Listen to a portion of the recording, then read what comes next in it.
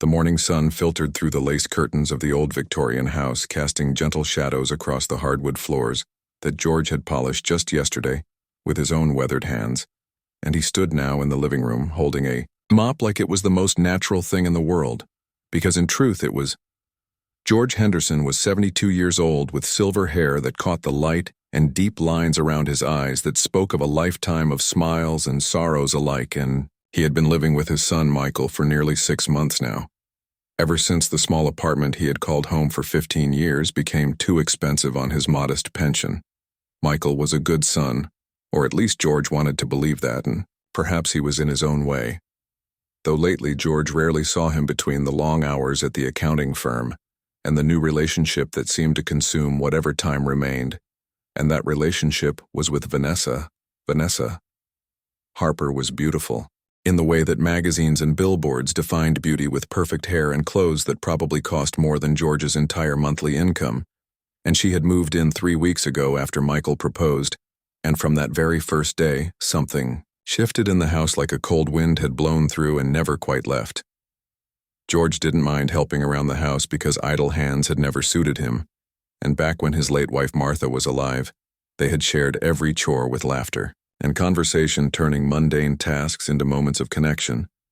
And so he cleaned and cooked simple meals and tended the small garden out back where Martha's favorite roses still bloomed each spring. But Vanessa seemed to see his helpfulness as something else entirely. "The floor is still wet here," she would say with that particular tone that made George feel small, and he would apologize and mop it again, even though he knew it was already spotless. "Did you really think that was clean? Enough," she would ask, gesturing at a countertop or a window, and George would nod quietly and do it over because arguing never made anything better, and he had learned that lesson long ago. This particular morning, George had woken early as older folks often do when sleep becomes a lighter thing, and he had made coffee in the old percolator that Michael kept threatening to replace with one of those fancy pod machines, and the smell reminded George of Sunday mornings with Martha when the whole world seemed to move at a gentler pace. He was mopping the living room floor when he heard Vanessa's heels clicking down the stairs, and his heart sank just a little because he knew what was coming, and he braced himself the way you might brace for cold water. "You're mopping again," she said, and there was something in her voice that wasn't quite a question and wasn't quite a statement, but fell somewhere in between like an accusation.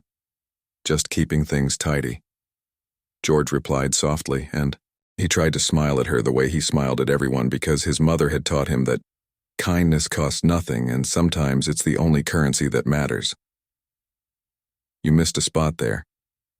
Vanessa pointed with one perfectly manicured nail, and George looked where she indicated and saw nothing but clean floor gleaming in the morning light.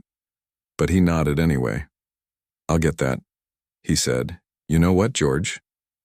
Vanessa said, and she crossed her arms in that way that made her look even more formidable. "Maybe you should consider that this constant cleaning makes it seem like you're trying to earn your keep here, and it's a bit pathetic, honestly." The words hit George like small stones, and he felt something twist in his chest, but he kept his face neutral because showing hurt only ever made people like Vanessa more cruel, and he had learned that too over these past weeks. "I just want to help," he said quietly. "Help would be staying out of the way," she replied, and then she walked past him into the kitchen, her heels leaving small marks on the floor he had just cleaned. George stood there for a long moment with the mop in his hands, and he thought about Martha and how she would have handled someone like Vanessa with grace, probably, and firm boundaries definitely, and he missed her so much in that moment that it felt like a physical ache. But he was tired and he was old, and fighting battles had never been his way. The days continued like this, with Vanessa finding new ways to make George feel like an intruder in what had been his son's home, and sometimes he wondered if Michael noticed, but his son was so busy and so distracted and so clearly in love that George couldn't bring himself to say anything. "Dad, you don't have to do all this cleaning," Michael would say occasionally, but there was no real concern in his voice, just a passing comment made while checking his phone or rushing to another appointment. "I don't mind," George would reply, and that was true in its way because the cleaning gave him purpose even if it also gave Vanessa ammunition. One afternoon, George was on his hands and knees scrubbing the kitchen floor because Vanessa had spilled something and made a comment about how the floor was probably dirty anyway, and he didn't hear Michael come home early from work. "I'm your father," George cried out when he saw his son standing in the doorway, but not in greeting, exactly, more in explanation, because Vanessa was standing over him, with her arms crossed and that look on her face, and George suddenly needed Michael to remember who he was. To remember that he had held Michael as a baby and taught him to ride a bike and sat up with him through fevers and heartbreaks. "What's going on?" Michael asked, and he looked confused and maybe a little embarrassed. "Your father was just cleaning up his mess," Vanessa said smoothly, and George knew he should correct her, but the word stuck in his throat, because who would Michael believe? "It was my spill," George said quietly. "I'm sorry."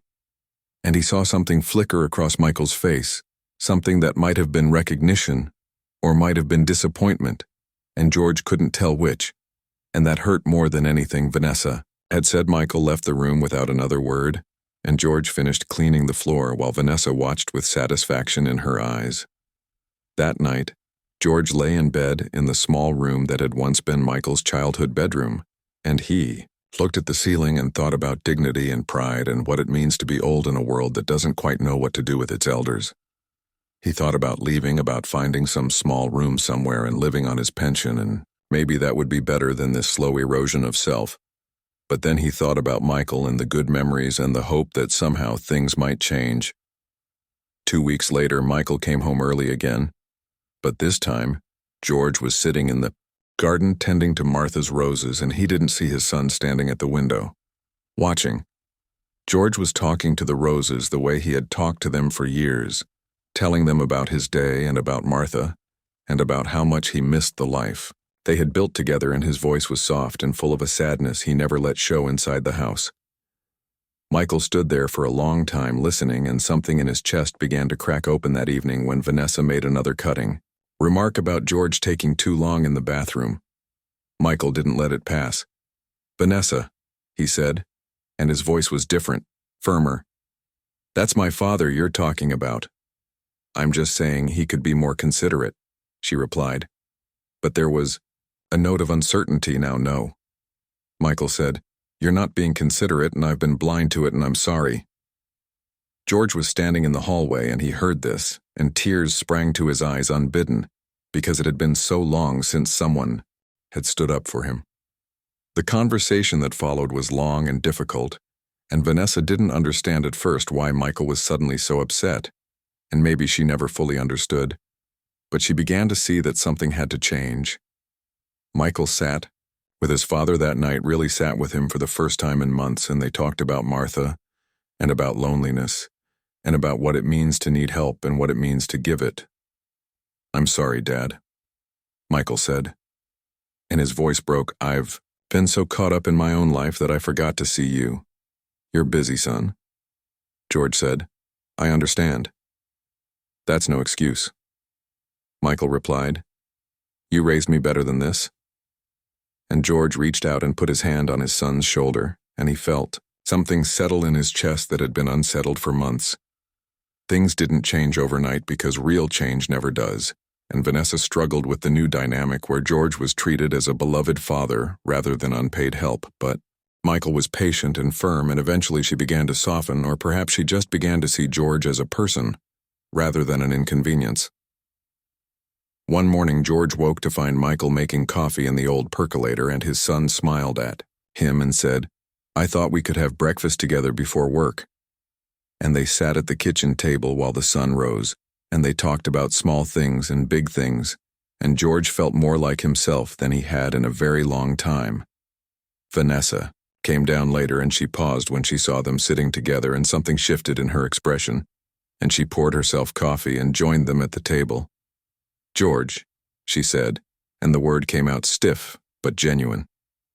"I wanted to apologize for how I've been treating you, and I was wrong, and I hope you can forgive me." George looked at her, and he saw someone young and scared in her own way, someone who was trying to control everything because she didn't know any other way to feel safe, and he recognized that because he had known people like that before, and maybe he had even been like that himself once. "We all make mistakes," he said gently. "What matters is what we do next, And Vanessa nodded and she reached across the tea.